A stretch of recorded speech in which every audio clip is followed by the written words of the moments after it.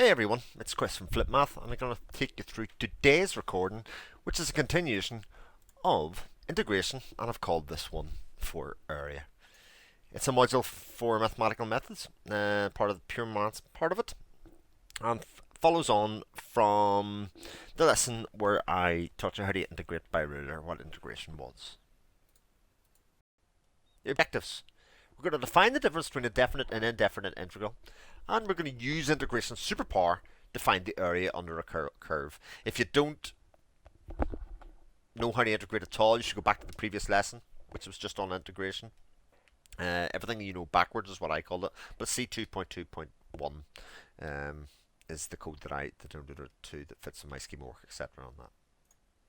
Introduction is this. In the last lesson, we looked at how we integrate. You found out how to do it yourself, and then discovered the very big bad plus C. I stuck arch enemy in there in the notes because, you know, we're talking about a superpower in this select Luthor of the integration world, of the calculus world. Although I must tell you, of all the Superman movies, it's Superman 3 that's the scariest. I'm scared to all hell out of Superman 3 when Richard Pryor and everybody gets caught and the machine turns them into robots. It scared the hell out of me. And Lex Luthor wasn't in that at all. Anyway, just shows you how overrated Lex Luthor was as a body. The objective is this. We're going to define the difference between an indefinite integral and a definite integral. What you should know is how to integrate by rule. And we discussed indefinite integrals in the last lesson. When we integrate an expression such as 3x squared plus 3 with respect to x, remember that the integral sign and the respect of the variable that you're integrating with respect to makes the variable. You increase the power of the x term by 1 and divide by the new power. So x squared becomes x cubed, and we divide by the 3 as well. So it's 3x cubed over 3, and 3x squared, x cubed over 3 becomes x cubed. 3 just becomes a 3x, and don't forget your plus c, because there could be a constant in there at the end. If you're not sure where that comes from, like I say, go back to the previous lesson and hopefully it makes some sense. The presence in the plus c is one of the ways we can tell this is an indefinite integral. So even if you just seen the solution written down, you'd know that it was an indefinite integral. For the reasons that I explained in the last lesson, is that, you know, we don't know enough about the original expression to say whether there could have been a variable there or whether there wasn't. How do we make a definite integral, or how do we tell one? We'll start off by sketching the curve from above, right? The x cubed plus 3x, and in this case, I'm just going to leave that there. So this graph will continue to go up to the left and right and has no easily defined start or end point. However, if we pick 2 points on a curve and integrate between those points, we get something different. So I'm going to blow this up a little bit. So I'm going to pick a point here and here, and I'm going to integrate just the bits between there and there, that part of the curve there. So this is the basis for a definite integral, is that I'm going to give it a specific start and end point that I can talk about. And this is the one thing difference between definite and indefinite integrals. You do not need to add a plus c at the end of a definite integral. And it's time to look at what makes integration such a useful skill. And one of the things that makes it part of any level 3 maths course, not just A level or otherwise. Okay, it's time for the superpower. So integration superpower is this. Differentiation seemed like such a much more deep subject compared to this. You know, it seemed like it had a never-ending supply of things that it could do and was good at. However, integrating gives the area between the curve and the x-axis, and we can use this to our advantage, some of which you might never get to use in your life, but when we come to study mechanics, you'll see it put in play. When studying pure maths, you get to know the theory of what you're going to do, and then generally in mechanics or applied maths, you'll show kind of uses for it. With this in mind, we want to find the area between 2 points. In mechanics, the area under a velocity time graph, for instance, gives you the distance that you've travelled, which can be very handy. So what are the calculate when we get the value of an integral at a point? So if we take the value of the integral there, So we integrate and substitute our x value in for 1. And we'll do the same with minus 1. And we'll subtract the 2. We'll get the area that's contained between these 2 points. So if I calculate the area for each point, and so take one away from the other one, so I've got the upper limit, take away the lower limit, we get the area in between. So let's look at the notation for that. The difference between a definite integral and an indefinite integral is we still have our integral symbol, we still have our respect to the x, we have some function of x in the middle, but we have two limits b and a here. I'll show you those in a second, but they correspond to the start point and the end point of the bit of the curve that we want to find the area of. So the b is the value in the x-axis, the a is the value in the x-axis, and we're going to find out this area s by integrating. Okay. So our example is this: we're going to find the area bounded by the curve, the x-axis and the lines x equals 1 and x equals minus 1. And bounded is the word that we use to say the bit that's captured in between all those points. So between the y equals 3x cubed squared plus 3, the x-axis and the lines that we have there. This is the curve and the problem we've been looking at so far, so it should be familiar. First step, as before, is to integrate it. Then we have lines. When we have lines that close in the area, we call those limits, but it also changes how we write our integral slightly, just like was said. So, as an example, following on before, taking out the letters, our function of x, or our curve, is 3x squared plus 3 here. Our limits are between 1 and minus 1, so the upper limit or the biggest limit goes in the top, and the smallest one goes in the bottom. And we have our integral symbol and our respect to x. We integrated that before, and we get x cubed plus 3x. When we do that, we normally write the 1 and the minus 1 outside. You'll notice that there's no plus c on this because it's a definite integral with limits and we know a bit about it already. So for x equal to 1, I'm going to substitute x equal to 1 into our x cubed plus 3x. I got 1 cubed plus 3 times 1, that gives me 4. And for x equal to minus 1, I get minus 1 cubed plus 3 times minus 1, which equals minus 4. Remember that the area is what you get when you subtract your upper limit, take away your lower limit. So it's the difference between these values, so it's plus 4, take away minus 4.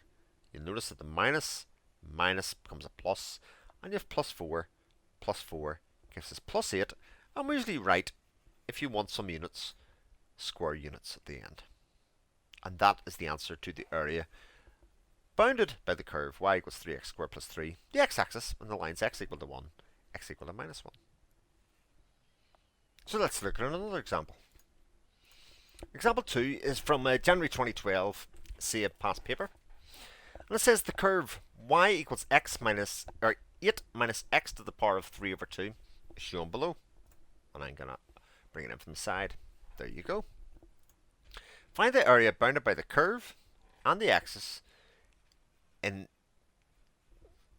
the question. So they want the area that's bound by the curve, which is this bit here, and the two axes. So the x-axis and the y-axis. So the x-axis is kind of simple enough because that's what you do when you integrate. You get the area bounded by the curve and the x-axis. In this example, the question wants you to read the values from the graph for the limits. So the upper limit and the lower limit. So we're going to identify the limits, so the highest point and the lowest point of the graph it wants to measure from. And from our graph we can see that they're x equal to 4 and x equal to 0. We're going to set up the integral then, or the definite integral. So it's the integral between 4 and 0 of 8 minus x to the power of 3 over 2 with respect to x.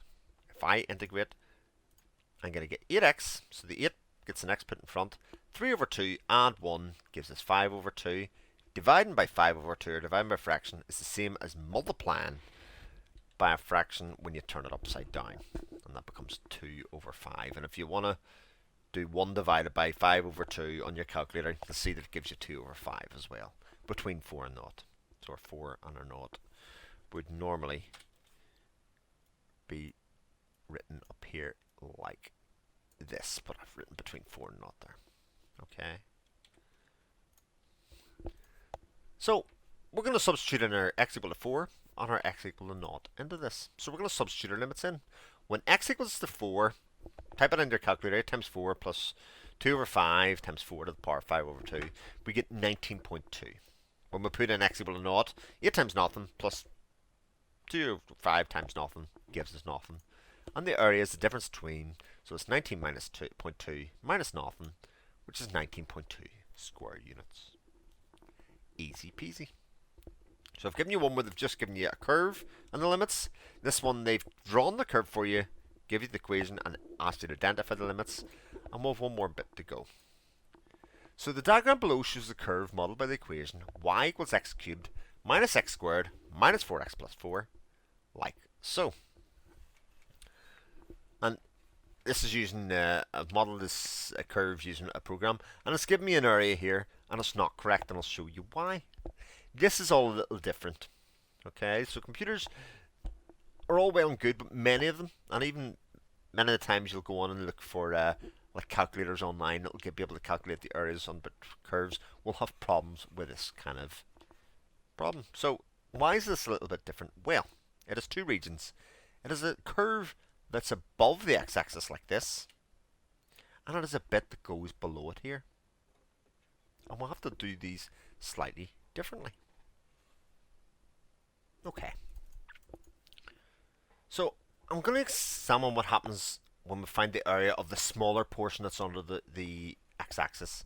So I've just taken a bit of it here, and I'm going to highlight this bit here. So you'll see that the limits are 2 and 1 between it, and I'm going to integrate this expression and do between the limits of 2 and 1. So x cubed minus x squared minus 4x plus 4. When I integrate, I get x to the 4 over 4 minus x cubed over 3 minus 2x squared plus 4x between 2 and 1. And I'm going to substitute those values in. There's the values, substitute in what we get. And ultimately, we get minus 7 over 12. This is negative value. Okay, and you can check, I put through each of those steps there. You can check them when you put into your calculator what you get.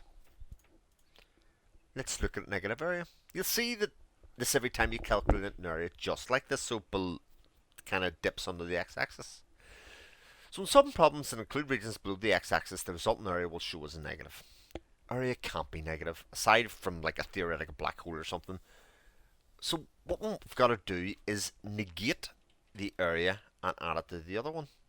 So we're going to negate the area. So kind of, if you want to think about negating the area, we're going to forget about the negative sign